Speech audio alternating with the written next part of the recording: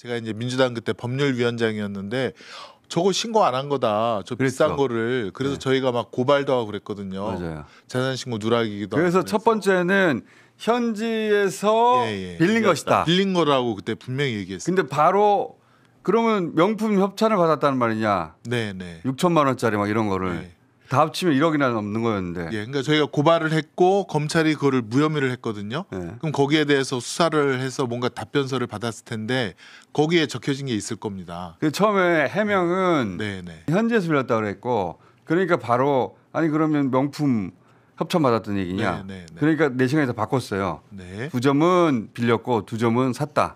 그렇습니다. 소상공이라는 단어가 색다르지 않습니까? 그렇습니다. 네, 되게 웃겼고 500만 원 이하라는 거지. 어쨌건 김건희 측에서 그때 공식적으로 답변을 한 거거든요. 그 검찰의 수사에 그렇죠. 대해서. 저 둘 다 거짓말이에요, 그러니까 지금. 예, 근데 그걸 또 바꾼다? 예. 근데 그거를 뭐 특검이든 법원이든 그걸 믿어주겠습니까? 2번 바꿨는데 벌써. 예, 공식적으로 답변한 게 있는데. 그러니까 그거는 아니 모조품이면 저때 말했으면 간단히 해결됐죠. 그랬죠. 그러니까 네. 모조품일 가능성은 없는데 이게 역정보일 가능성도 좀 없어 보이는 게 뭐냐면 모조품이면 그냥 집에서 그냥 압수익 당하지. 왜냐하면 이게 문제될 게 없거든요. 이게 100만 원 미치라면은 그러니까 모조품이 아니었기 때문에 그쪽으로 빼돌렸을 가능성이 높아 보인다. 민중기 특별검사팀이 2022년 6월 나토 순방 때 김건희 여사가 착용한 것으로 의심되는 6천만 원 상당의 목걸이를 어제 김 여사 오빠의 인척 주거지에서 확보한 것으로 전해졌습니다. 공직자윤리법상 품목당 500만 원이 넘는 보석류는 신고하게 돼 있는데 김 여사가 착용한 장신구들은 미신고 물품으로 확인됐습니다. 당시 대통령실은 장신구 3점 중 2점은 지인에게 빌리고 1점은 소상공인에게 구매한 것으로 금액이 재산신고 대상에 해당되지 않는다고 해명했습니다. 이와 관련해 김 여사 측은 지인에게 빌린 것이 아니라 해외에서 구입한 모조품이란 입장으로 당시 대통령실 해명과 다른 내용의 진술서를 지난 5월 서울중앙지검에 제출한 바 있습니다. 2022년 6월 나토 순방 때 김건희 여사가 착용했던 목걸이. 당시 6천만 원대에 달하는 반클리프 앤 아펠 목걸이 같다는 이야기가 돌았습니다. 같은 순방 기간 착용한 브로치나 지방선거 당시 눈에 띈 팔찌도 모두 고가의 제품과 비슷했습니다. 그런데 윤석열 전 대통령 재산신고 내역에는 포함되지 않았습니다. 재산신고 보니까 보석류는 하나도 신고를 안 했더라고요. 혹시 그거 확인해 보셨습니까? 저희 총무비서관실에서 보충 신고했는지 그 부분에 대해서는 검증을 하지 않습니다. 당시 대통령실은 장신구 3점 중 2점은 지인에게 빌리고 1점은 소상공인에게 구매한 것으로 금액이 재산신고 대상에 해당하지 않는다고 해명했습니다.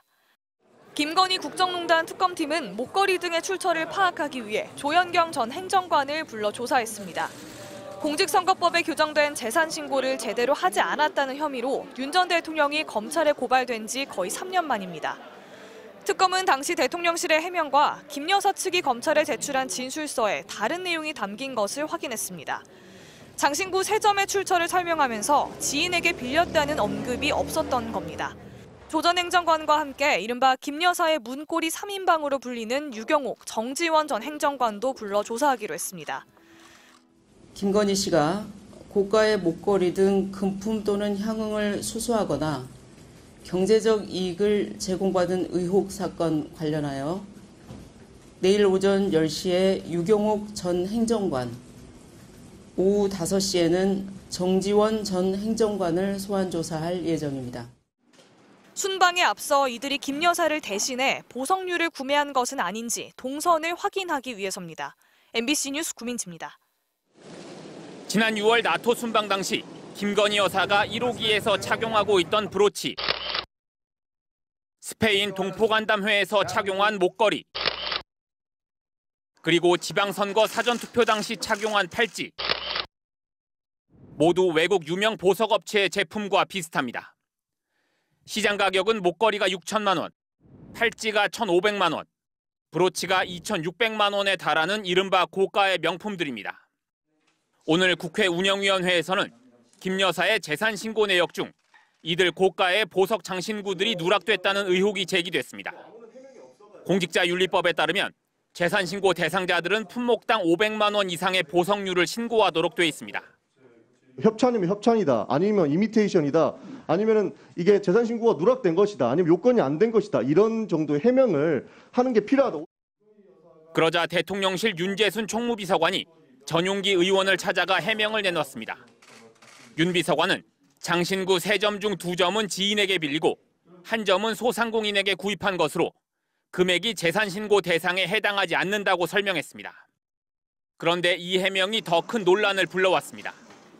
지인에게 빌렸다면 무상으로 빌린 것인지, 지인은 누구인지, 계약서가 있는지에 대해 추가 설명이 없었기 때문입니다. 민주당은 보석을 빌린 건 사인에게 이익을 제공받은 부적절한 행위라고 비판했습니다.